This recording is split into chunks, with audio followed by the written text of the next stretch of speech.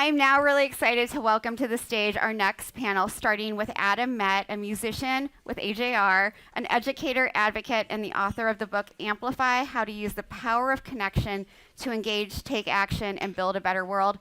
My stepsons are obsessed with him, and I've seen him in concert. He's really great, and he really cares about things, so thank you. Round of applause. He's joined by Will Brikerhoff, a PhD candidate at the University of Michigan who is studying crop livestock integration and agroecology. Give it up for him. That's the best thing to study. And moderating this conversation, we have a good friend of Food Tank, Sweta Chakraborty, who is the CEO of We Don't Have Time. I love you. Thank you for doing this. Love you right back. Thank you. Hi, everyone. How's your Climate Week going? You're still bringing the energy. It's Thursday afternoon. We're not done yet. There's a lot to talk about, so let's get into it. I'm so excited to have this conversation. So we have Adam Met. For those of you who know Adam, you might know him from the stage, right? He is the A in the band AJR, and multi-platinum albums, awards, the Earth Awards for Time, Changemaker for the New York Times. I mean, the list is endless. But he's also a massive nerd. He has a PhD in policy, and we're going to get into all of that. Let's do it. And this is like a lot, actually, of nerdness going on this stage, because we have also Will Brikerhoff. Did I say your last name? Brikerhoff. Brikerhoff. You're so close. Yeah. And he is also a second-year PhD. He's an agroecologist, and similarly to Adam, has a million other hats that he's wearing. He's a chef. He is a farmer. And we're going to talk all about the work that you're doing as well. So let me start with you, Will. Tell us how you got into your research in the first place as an agroecologist at the University of Michigan. Mm-hmm. Well, thanks for having me, Food Tank. It's great to be here and be on stage with both of you. I've always been a nerd, so it sounds like I'm in a room full of nerds as well, which is very comforting. I went to UC Berkeley to study molecular biology. I was studying frogs and salamanders and just loved that world. But I felt the impact wasn't quite there. And I ended up spending a few months farming in Australia and New Zealand. And I had some really revolutionary experiences with farmers who just showed me soil and said, this is what we're farming. We're here to take care of the land. And if we do that correctly, all the rest will follow. Our produce will be delicious and we'll feed our communities well. And on the topic of food as medicine, I was also learning that farming can be medicine. And these people who have those livelihoods and who are in touch with the land also feel very healthy. So I came back to UC Berkeley, and I had, before that, sort of sworn off this frog science because it didn't feel impactful enough. And suddenly I was in food, and I felt like everyone eats and everyone needs to know more about where their food comes from. So now I study crop livestock integration and just ways that we can recycle nutrients on croplands and try and reduce our environmental footprint, but also improve rural livelihoods. So like making sure that research is grounded in what farmers want and how they're living in the world. Yes, and food is a way to bring everyone into the bigger climate conversation, right? Mm-hmm. And so music is a way to do that too. Like that transition, see how I did that? It was well done. And so Adam's done that with his massive platform. And he is lesser known for this, but increasingly becoming, this organization is getting so much bigger. And it's called Planet Reimagined. And that's really where your passion and focus is currently. So tell us about that, and tell us how you've used music to introduce audiences to this bigger climate change issue. Absolutely. So Planet Reimagined really is my day job. My night job is I'll play in front of people. But Planet Reimagined was born with the idea that so much research is done and it sits on a shelf. Whether it's at a university or a think tank, there's very rarely a path towards implementation. So we wanted to build an organization that really thought about the research with an eye towards how can we make it useful as quickly as possible. So we do this in projects across the political spectrum and across the climate space, from waste and energy to advocacy and movement building to AI. And one of the projects that I'm most excited about and is growing fastest is this project that we've incubated called Amplify. And it also happens to be the name of my book because I stole it from Planet Reimagined. But this project, we did a massive study with Ticketmaster to try and understand how fans want to participate in advocacy at concerts and sports events. So in the US last year, Ticketmaster sold 250 million tickets. that's where people are meeting in person. Concerts, sports, fairs, festivals, that's where that energy is happening. And so we built this model to do real civic and political advocacy at concerts and sports events. And I'm not talking about getting people pledging to change the kind of straw that they're using. It's not about that. It's about real, concrete action. We've had people registering to vote at our tour last year. We had people phone banking on site from their seats in the arena, asking local politicians to vote a certain way. We just installed this strategy on the Billie Eilish tour in the UK. And one of the things that the fans were advocating for was the Climate and Nature Bill, which has just gotten some really massive support. Hasn't passed yet, but has gotten some really massive support and has a lot of robust policy in there for soil health and for farming. And one of the reasons why we did that is because when we do these programs, and we're working with other artists too, we're starting to work with Lorde and Renee Rapp, and this week we're doing a couple of Tyler Childers shows to kind of reach a different audience because he's a country artist, if you're not familiar. But Billy, in particular, is really passionate about food. So we wanted to find strategies for her fans to engage around something that the artist was passionate about, but also engaging in a really concrete policy fashion, right? Because sure, an artist can post on social media saying, I care about climate change. That's not going to do anything. You can have, a concert in Central Park where people take an action and people show up and do something, but then what happens after, right? You've built all of this excitement and this advocacy, and then it doesn't go anywhere.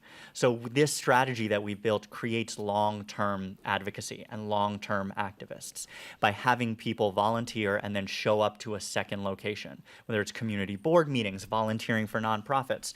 The whole win here for us in the climate space is how can we grow this movement to be a lot bigger than it is? And we can talk about that more later. But Yeah. No, go ahead. Let's clap for that. That's amazing. So yes, day job versus night job. Amazing. You happen to moonlight on stage. Yeah, fair. Okay. Well, let's get into why any of this even matters, right? Sure. So the bigger picture here is that we are in a climate crisis, right? This is not news to anyone who's in this audience, but those that are tuning in may not be directly affected by it. So it's important to make these impacts tangible so that we can act on it and bring the urgency to the solutions that we need to scale, right? And so talk to us about the truth, like the hard talk. What's happening with soil? What is the crisis we're experiencing with soil, and what is that going to mean for food systems? Yeah, I think the environment around farms is being degraded really quickly. So there's an issue on soil generally with erosion, with soil carbon going off into the atmosphere and not being sequestered. There's also tons of watershed issues. There's Lake Erie. I live in Michigan, and Lake Erie is near me, which is extremely polluted due to nutrients running off of farms. We have solutions through science, regenerative agricultural solutions that can help lessen the environmental impacts of farming and really create a sustainable food system. And my work, it feels like, is trying to sort of re-emphasize that these solutions are they have a lot of merit. We've it's tried and true, but what we do need is more funding to actually pay farmers to do them. So the real problem is that these practices, they don't just come out of thin air. So you can do things like cover cropping or reducing your tillage on farms, which have environmental benefits and also benefits for farmers, but you need to pay farmers more to do those practices because they take more work. Sure. And so, okay, this is the actual research and that's informing the solutions. We also need policy to support all of this, right? And Adam, this is something, again, a little bit lesser known about the work that you do on the Hill, but incredibly important, really technical, really detailed.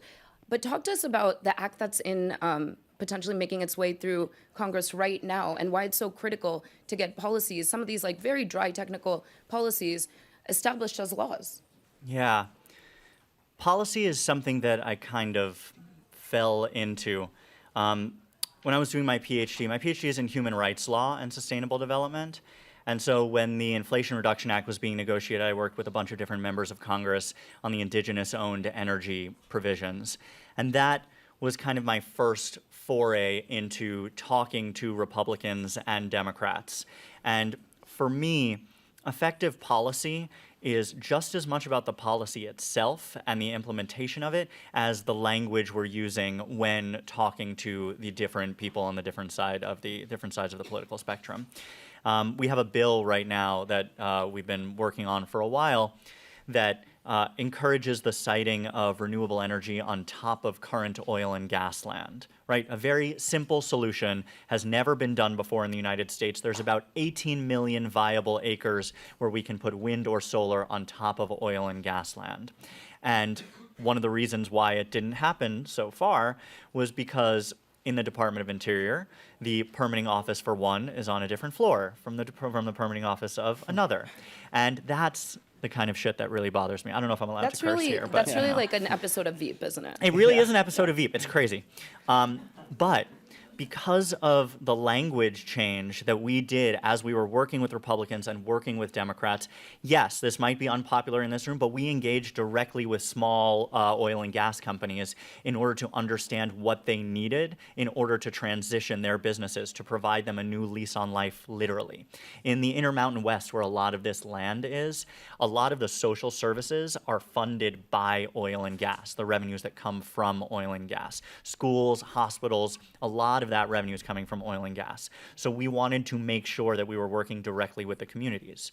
We now have a bill that has been introduced in the Senate that has equal numbers of Republican and Democrat support to create incentives to put renewables on top of oil and gas land. And we have a House version that is coming soon as well, which for me is mind-blowing that in this current environment that we were able to get Republicans and Democrats together, but that really comes down to the language. Yeah, no, that's incredible. And that's the hard, grueling work ultimately, right? We need to see more policies like that make their way under the radar, which is acceptable, but ultimately benefiting, citizens. And how are we going to protect America's food future from your vantage point, right? So we're securing energy. We need to secure our food systems, and soil is where it all, stems from. So how do you, if everything goes according, let's say everything works out with what the solutions that you hope to see happen, will we be able to actually harvest food and have security in the United States in the future? Well, I think, honestly, it harks right back to what you were just saying. I think there's an urban-rural divide that we have in the United States that makes all of these solutions really tricky. And I think the first barrier is just changing our language. I was at the food tank panel here on Tuesday called Keeping Farmers on the Land. It was incredible. There was a lot of farmers here talking. And one phrase that I heard talked about a lot was common sense agriculture. Instead of using jargony words, which in my PhD I'm getting quite familiar with, let's talk about what is common sense agriculture? If you have a series of droughts that are coming your way, you are going to change your practices in order to accommodate those droughts. And what those practices are, those are regenerative and they're sustainable and they're the food future. But I think changing our verbiage a little bit to include both urban and rural communities and people across the political spectrum, it's the only way that we're going to move forward. Bringing everyone along for the solutions, right? Just acknowledging that this is relevant to every person. It doesn't matter what political identity or whatever identity is being led with. That's irrelevant. The reality is that everybody can join and be part of the solution. And so you like to do that through cooking as well, right? So you identify as a chef. Talk to us a little bit about what the reason for that, bringing people together and using food as a mechanism for really raising awareness around what's happening and where the food is coming from. Totally. Yeah, well, so during my years at UC Berkeley, I had a summer where I was working in a lab, just doing lab work, and I had an extra 20 hours a week that I was just spending reading a lot. And someone recommended to me that I should go to the kitchen of Chez Panisse and meet Alice Waters and ask her for an internship. And so I did that. And I started working in the kitchen of Chez Panisse, which is a really beautiful, famous farm-to-table restaurant in California. And through working there and meeting farmers who were dropping off their produce every day and being joyful about it, not only in the eating, because as you can imagine, it's quite easy to be joyful eating at Chez Panisse, but also the farmers who are doing the hardest work there are showing up with a smile on their faces. That was so inspiring to me. And so I think my academic work, in the long run, we can change policy and do things that Adam's talking about. And in the short run, I really wanted impact that I could just see happening right in front of my eyes. So being able to support my friends and family by cooking, I do farm-to-table dinners all over Michigan, all over the country, and being able to really highlight the work of these farmers the same day that they probably harvested the produce is super, super important to me. What was that? Was that an invite to dinner? We'll talk. That's what I heard. So Adam, you get this, obviously. You've traveled all over the country touring, and then you've been able to conduct research at your concerts and talk to individuals about what they care about and really understand that this really there isn't the divide that we perceive necessarily on the ground. Talk to us a little bit about that. It's funny because the divide that is perceived broadly in this country and around the world really is coming from us and our side. And that might not be an easy thing to hear, but the language, to go back to the point of language, the language that we're using, the language of climate change, of 1.5 degrees, of sustainability, even something like regenerative, that is not resonating with people. I spent a lot of time on the Harris campaign last year, and they sent me to different college campuses, and I did door knocking in all of these different neighborhoods. Not once did I talk about climate change. And if I slipped it in here or there, you just saw people's eyes glaze over. It's really far away. It's really distant. 1.5 degrees means nothing to them. So one of the things that we did at Planet Reimagined over the last handful of, oh, and by the way, this is not just in response to the Trump administration saying that we can't use this language anymore. This has been really since the Inflation Reduction Act was passed. People didn't really see how it could impact their day-to-day lives. They didn't see the benefit of it. So one of the things that we did at Planet Reimagined over the last handful of months is we built this new approach to a third generation of what the climate movement should look like without using any of those words. So I think some people have passed these out, but you might have them in your hand. We call it the neo-industrial revolution. And really, it is a brand new lexicon that we did a lot of research on, worked with a whole bunch of different partners to develop, focusing on what we're doing in this room about how we grow things, how we make things, how we get from place to place, how we power our homes and our institutions. And that is the thing that people care about because they see how it relates to their day-to-day lives. People, to harken back to the earlier panel, people care about jobs, people care about the economics, they care about, there's this mother I met actually in Detroit. She cared about how she was going to get her kids to and from school and how she was going to afford to put food on her kids' plate. That was what she cared about, and that is not climate change to her. But we know that that's climate change. In this room, we can keep using those words, fine. But as we're trying to grow the movement, we need to use this other lexicon. The other piece of this neo-industrial revolution is something that I'm sure you've seen in school, and I'm sure you've seen across all of the people that you work with and talk to, is that we need to move away from individual action and towards collective action, and that's far easier said than done. So in this declaration that we handed out, there is sector by sector how we can do this really quickly and really efficiently. One of the things that I find most interesting is that universities in particular are so siloed. They're running towards these things at the same time. They're running towards solutions around climate at the same time. But what's happening in the political science department is not at all talking to what's happening in the food sciences department, which is not at all what's happening in, they're not talking to the environmental sciences department. They're all very different. They're all completely siloed. So in universities, there is a deep need to do more research collaboratively and with an eye towards how can we make it useful really quickly. Just to be clear, I'm not saying that we shouldn't be doing research for research's sake. That's absolutely vital. But in a crisis like this one, we need to be pointing towards the solutions as quickly as possible. The other thing that's in this declaration that we developed is this idea of re-research. Right? I don't know if you've heard of this before because we developed it. But re-research is this idea that over the last 20, 30, 40 years, so much research has been done. And like I said at the beginning, it sits on a shelf.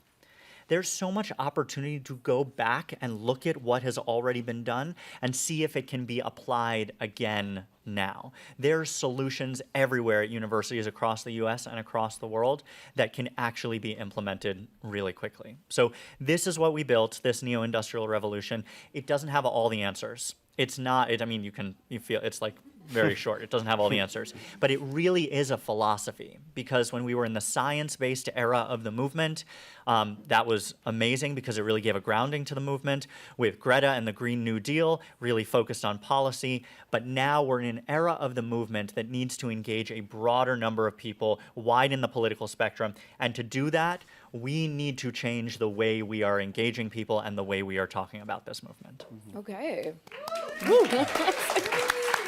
Please share the manifesto. Please share. Yes, thank you. We're in the last few minutes. This time flies with you guys always. So crazy. let's talk about the future. And are we going to solve it? We are in a bubble. We work with the amazing people, and everybody's so passionate and motivated. And you feel optimistic. But the reality is that there's pressing challenges, and we are the solutions really commensurating with the immensity of the challenges. So do you have hope that we're going to solve all of this? Can we scale regenerative agriculture fast enough? Yeah, I have a lot of hope, and I just have to reiterate these points about reaching across the aisle, having hard conversations. I think, especially with young people, I see us shying away from the hard Thanksgiving table conversation. I don't want to go to Thanksgiving because I don't want to talk to my uncle. And I think we have to double down on that and actually sit and have the hard conversation and use new vocabulary to push it forward. And I also just have to say, in every talk that I give, I just say that farmers are doing this work that I'm talking about. Like, I'm here to push the research that I'm doing, but every single day there's people across the country, across the world, who are working to make that change happen. And those people often can't be in this room because they are actually farming the food that we eat. And so that's also just an important baseline that we all have to have. And one more point on that, we need more farmers too, right? Yes. We need to get the next generation excited about going into farming. As a young farmer, how do you motivate? Totally. I mean, I think coming back to the land is a natural inclination that many people have. And I think, a lot of that is policy intervention, like having systems that can support small farmers. The cost of land is rising, and the average age of farmers in every state is rising. And so trying to find interventions where we can support young farmers who have these inclinations to grow food sustainably but need support to do it, that is vital for the future. All right. Well, thank you, Will. Thank you for sharing your perspectives. And yes, please, we can clap for Will. Adam, last few seconds, all yours. Let's get everyone excited and out there. Oh boy. Guys, we're really doing a terrible job. I'm not kidding. Should have ended on Will. You really should have ended with Will. This was your fault, Sweta. We're really doing a terrible job, but that doesn't mean we have to keep doing a terrible job. And everyone in this room and everyone that I've met across Climate Week is so focused on the thing that they're doing, which I love, right? That's why I spent years doing a PhD, because I was so focused on the one thing that I loved. But as we're focusing on the one thing that we love, we need to be creating more of this collaboration. We need to be talking to people across sectors. We need to be talking to people who really disagree with us. I want to echo what Will said, because this political spectrum thing is something that shouldn't exist in the world of climate. And it doesn't need to exist in the world of climate. Farming happens in red states and blue states, probably more red states than blue states, but it really is something that we can all agree on, because like he said, everyone gets together to sit down to enjoy a meal. And while in the last handful of months, I've heard a lot of people who are really depressed about the future and really angry about what they think the future might bring, local is going to win. In the next handful of years, local is going to win on the policy side, local is going to win on the movement building side, local is going to win on the farming side.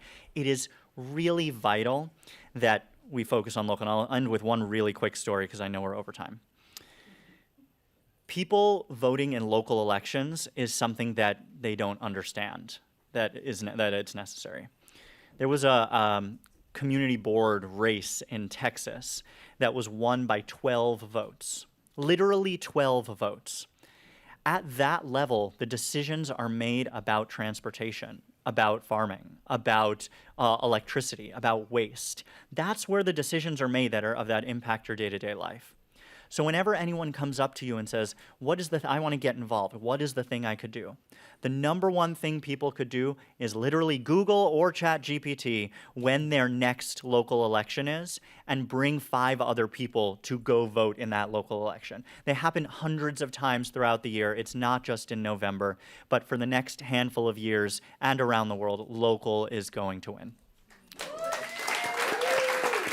Adam, please never give up your day job. We really appreciate the work that you do.